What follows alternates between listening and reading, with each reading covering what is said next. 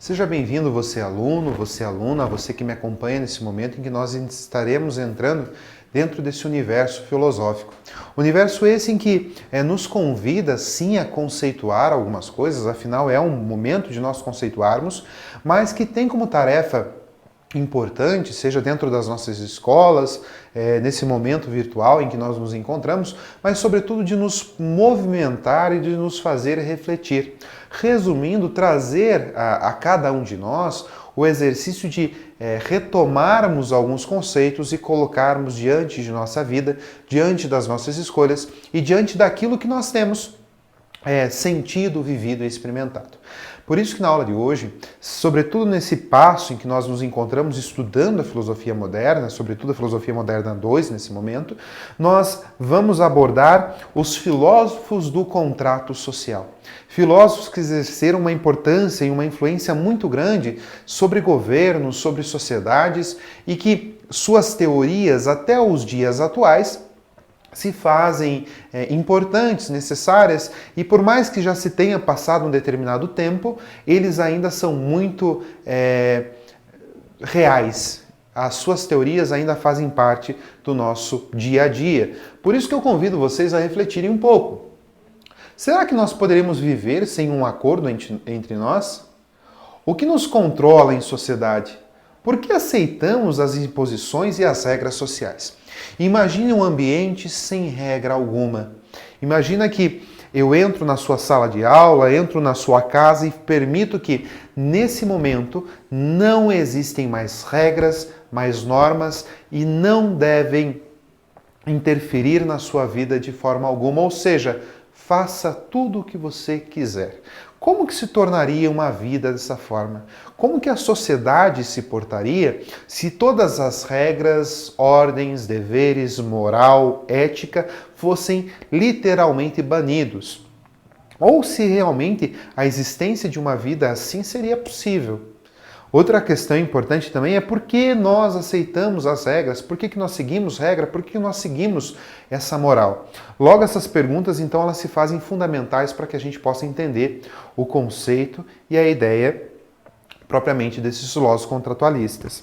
Vejam só, primeiro nós precisamos entender o que é contrato, afinal eles são filósofos contratualistas. Contrato nada mais é do que um acordo, um pacto que você firma com outra pessoa. Quando, por exemplo, você vai para uma escola e você estabelece um contrato com essa escola, a escola precisa te fornecer educação e você arcar com os custos dessa educação. Quando você vai para uma faculdade, você firma um contrato com essa faculdade. Ou seja, o contrato é esse pacto, é esse acordo que existe entre duas ou mais partes. Outro conceito importante para nós entendermos a ideia dos contratualistas é o estado de natureza. Quando nós falamos de um estado de natureza do ser humano, nós não estamos falando de um ser humano primitivo, o homem das cavernas. Nós estamos falando de um mundo onde as regras não mais existam.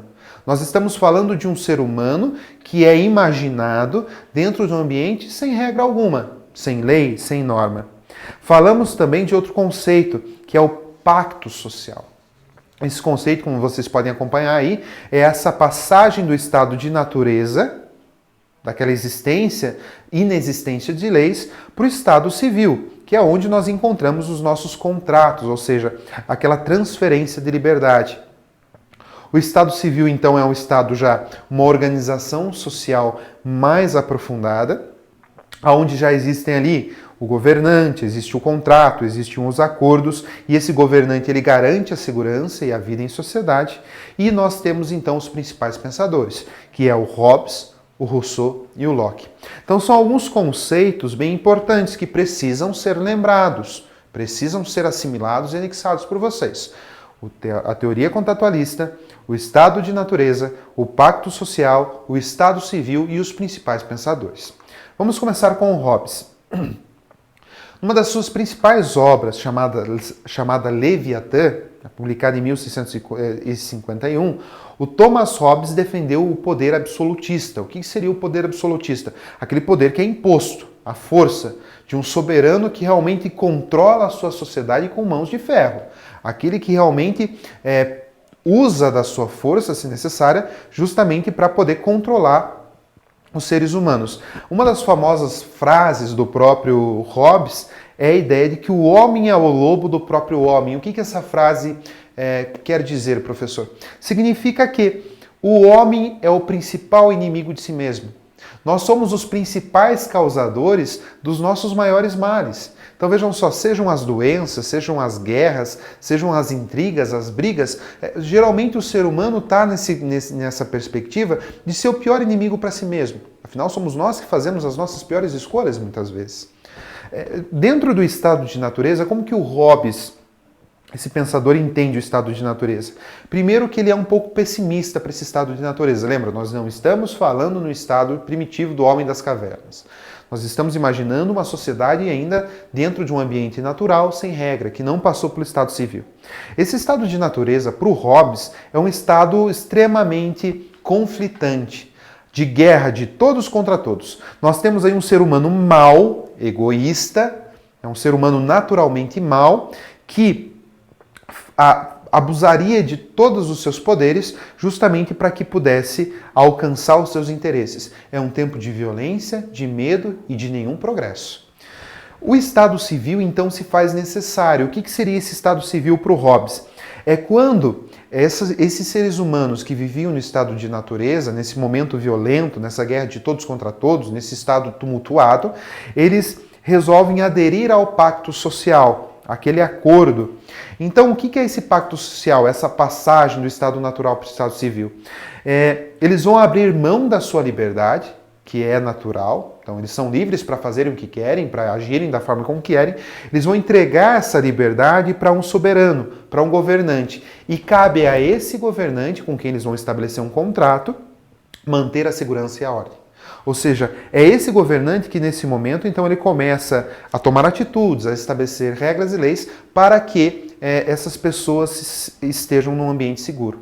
O contrato social, então, vai favorecer a convivência e deve visar sempre, é imprescindível que o contrato sempre vise o interesse comum e limite os direitos e deveres, ou seja, estipule os direitos e deveres. O John Locke, ele já pensa um pouco diferente do Hobbes. Ele não tem uma visão tão pessimista em relação ao estado de natureza. Até porque para o próprio Locke, esse estado de natureza é um estado de muita liberdade, de direitos e deveres. Prevaleciam os direitos mais básicos, é claro, como a vida, a liberdade e a propriedade privada. Em relação à propriedade privada, é quando começam os problemas. Primeiro porque nada tinha dono.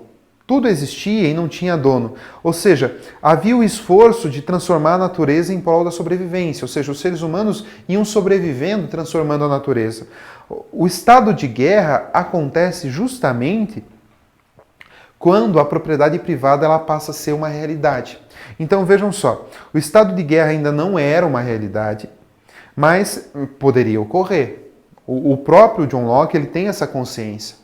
Vive-se um mundo, um ambiente em que as pessoas elas são livres, elas têm as suas posses, elas têm a sua liberdade, elas têm os direitos básicos da vida, mas ele não descarta que o ser humano poderia sim adentrar um estado de guerra. É por isso que se faz necessário então o estado civil, a adesão ao pacto social, ao contrato.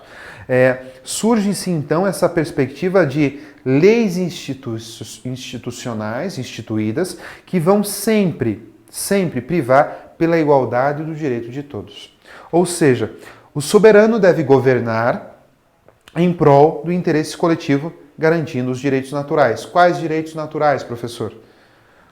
A liberdade, a vida e a propriedade privada.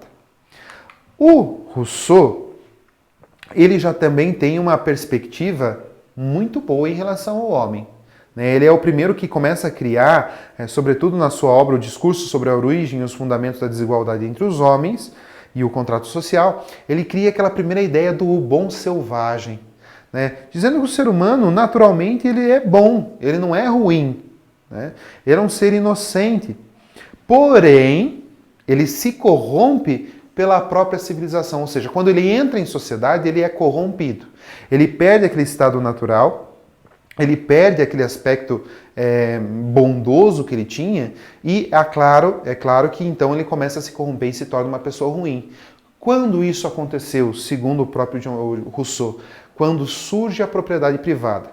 Se lá no John Locke nós temos a propriedade privada como um direito, e sim, ela poderia gerar algum conflito, já o Rousseau ele é muito determina muito isso. Os problemas começam com a instauração da propriedade privada. Essa ideia de posse, do ser meu. Ou seja, para ele, a origem de todos os males, o fato de ter corrompido o ser humano é a propriedade privada. Por quê? Porque leva o ser humano ao egoísmo e à disputa de posses. Ou seja, aquele bom selvagem ele se perde, por isso então se faz necessário o contrato social.